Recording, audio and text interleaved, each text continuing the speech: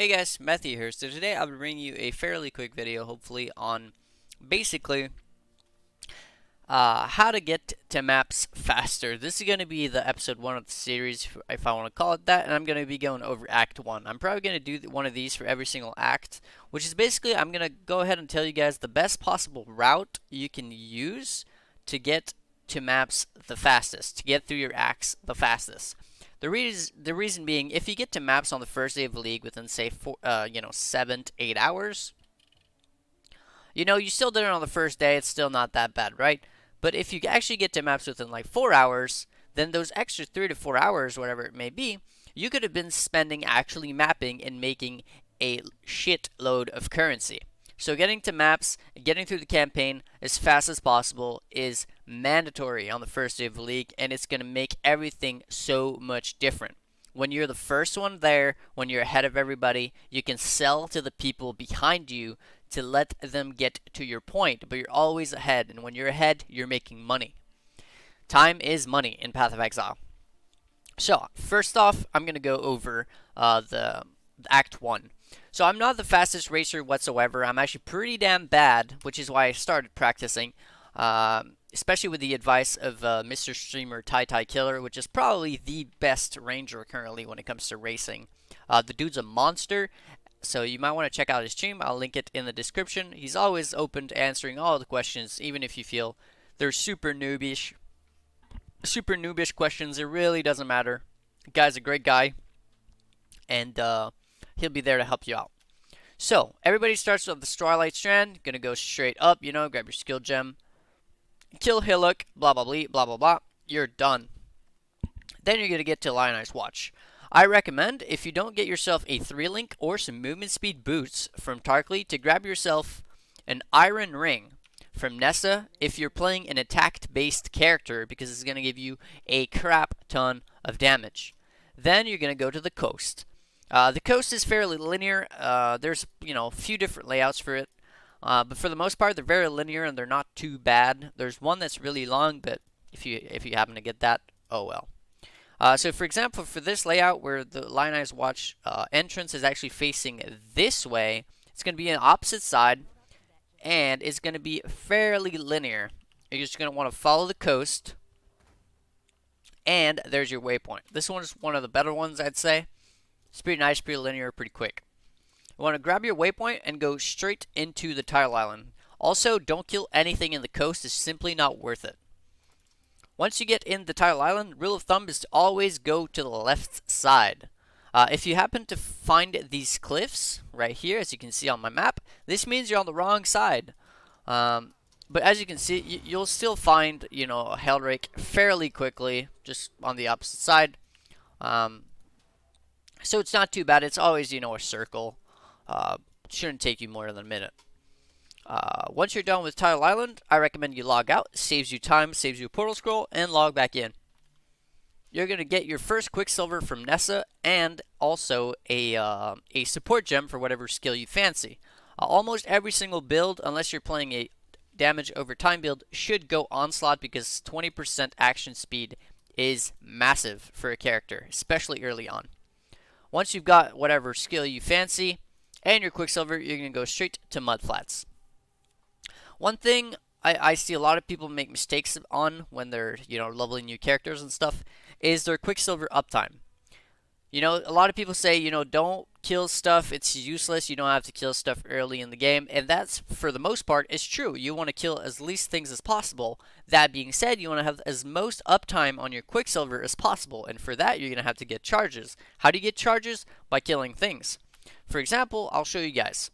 If I was to come through here with a level 3 character and I see these pack of mobs, I will kill this because there's, 7 to 8 monsters. I'll probably line up a shop with shrapnel or, put one arrow of caustic in here and in here to kill the entire pack, and that's going to give me, quite a few Quicksilver Flask charges, which is important. Then, once you found the first nest, what you want to do to find the other ones pretty easily is to follow the little rivers. As you can see, these little rivers over here will lead you to the next nests.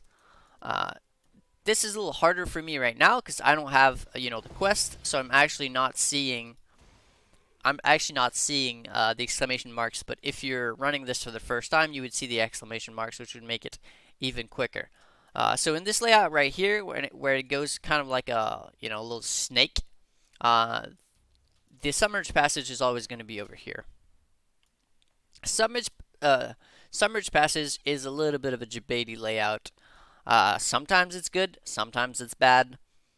That being said, okay, so this is one of the better ones.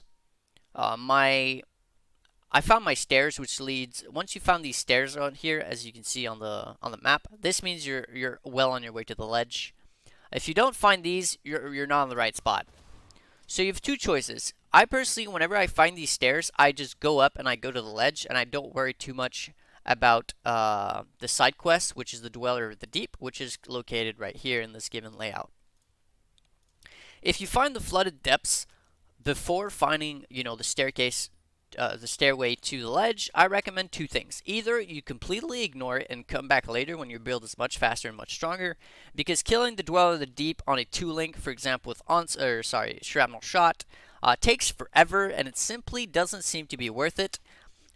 This has been tested by Tytykiller, and he said completely ignore it for the most part, unless you get lucky. Maybe you have 2 iron rings or like a 3-link, and you know you can take him down fairly quickly.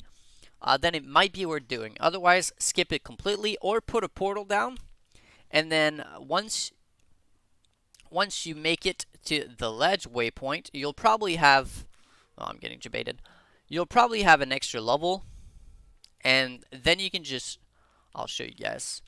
Basically at the ledge is, basically a straight line, so you just want to follow along. Kill the big packs to get some Quicksilver Flask charges, remember that. Once you make it to the waypoint, you could consider going back to Lionized Watch and taking your portal back to the submerged passage to go do the Dweller Deep quest to get your extra skill point. But it really depends on how strong your character is at that point. If you're still on a 2-link with like 1 iron ring, I probably wouldn't do it. You could do it if you don't want to come back later, though. Another quick thing to remember: whenever you log back in or whatever, maybe your map will be dark because you went AFK for a while, whatever it is. The side with the 3 little rock here is the right side, which is the one that would lead you to the climb. That's something that's fairly important to remember, because you could, just end up going back to the wrong side, and it's going to take you right back to the submerged passage, which is not what you want. The climb is fairly linear. It's either going to go right side or left side. So well, in this example, it's going right side, as you can see. It's very, very linear. It's going to go right straight to the lower prison. I personally kill things, like I said, just enough to get my Quicksilver Flask charges, but the moment I'm running with my Quicksilver, I'll probably put one more arrow because, my attack speed is much faster. But that's about it. You really want to keep moving as fast as possible. The lower prison is actually pretty damn simple. For the most part, it's always going to be up here. You'll find your trial, as you can see. Trial is right there. You're going to want to do your trial and then head back to the other side to get to the upper prison. As you can see, I know this layout fairly well. I believe it's 100% of the time, but I'm not sure. But it feels like almost every single time your trial is going to be up. And if your trial is up here, there seems to be two different layouts that can happen, or 3 different layouts, I guess. If your trial is like right around here, your upper prison entrance is going to be either over here, basically on the opposite side, or on the opposite side on the other side. Or as you can see in this place, I had nowhere to go, so I knew I had to come back to the other side to get to my upper prison layout. Now this is one of the longer one, I'd say. Upper prison is honestly a shithole. I hate this layout. I can never read it right whatsoever. I'm awful with it, and I hate it. Frankly, I hate it. As you can see, I just got debated. That being said, since I got debated and it's still going up here, I know for a fact it's still going to be here, but for the most part, it's going in the complete opposite direction of where the entrance is. So as you can see, complete opposite direction. Could have been on this side, or it's going to be right behind, which is why I checked here before, because if it would have been here, it would have been much faster than coming all the way up here.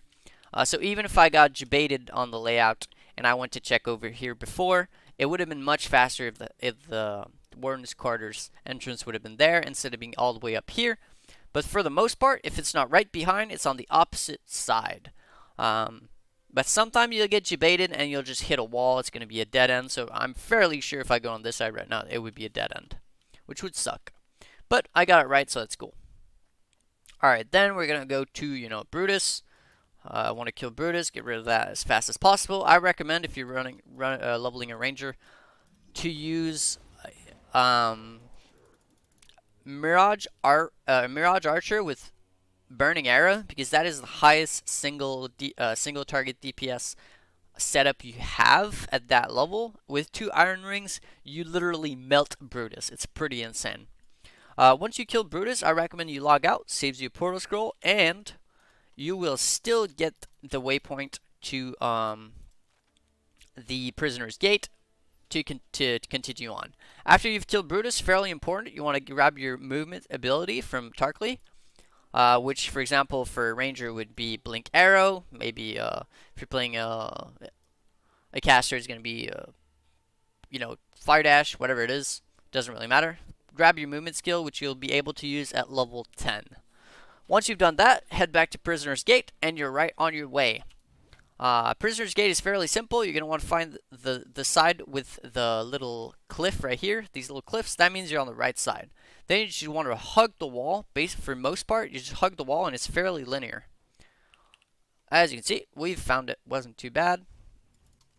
Ship Graveyard is one of the ones that's actually a little bit more of a debate. Finding your waypoint is honestly the first thing. Then there's a few different things you can do. For example, here I found Fairgraves before I found the cavern or the cave to get the All Flame. So that's pretty good because now I actually know where Fairgraves is, which means I actually have a few different things I can do. In this given layout right now, since I went ahead and found the waypoint here and Fairgraves is all the way over here, running this would take quite a while.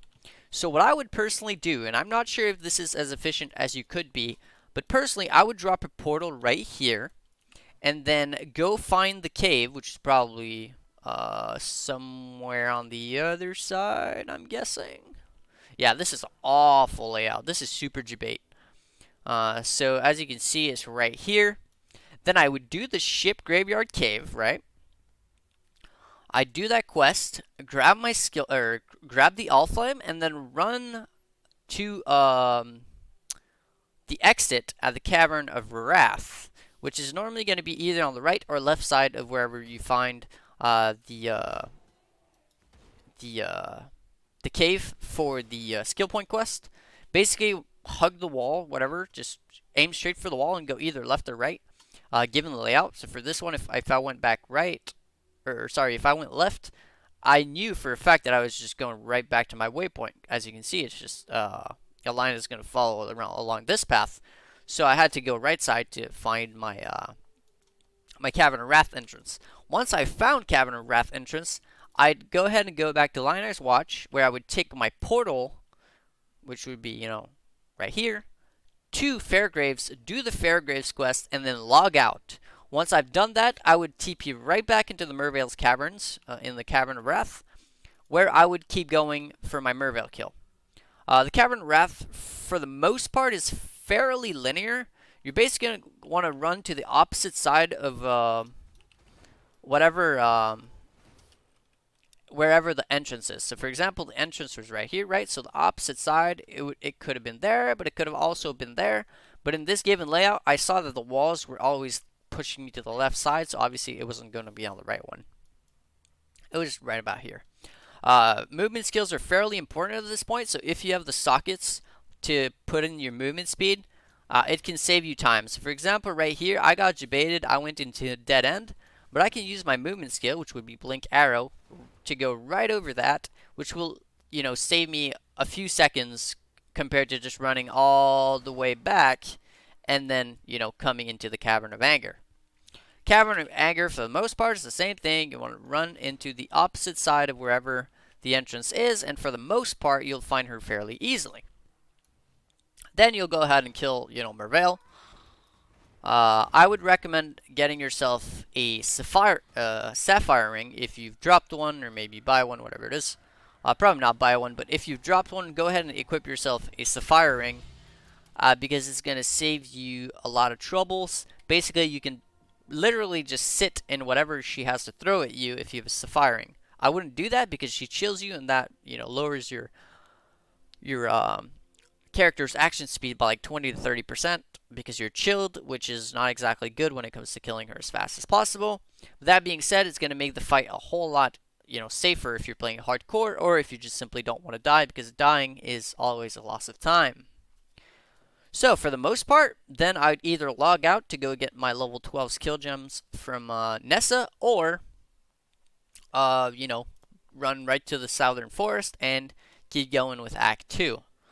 So for the most part, that would be Act 1 completed. You would have done, your Tidal Island quest. You skip the Putrid Pool because you'll come back later once you need the regrets, when your character is a lot faster. You skip the Flood of Depths unless you have been lucky with drops and you feel your character has some really good damage. But for the most part, I'd personally skip it.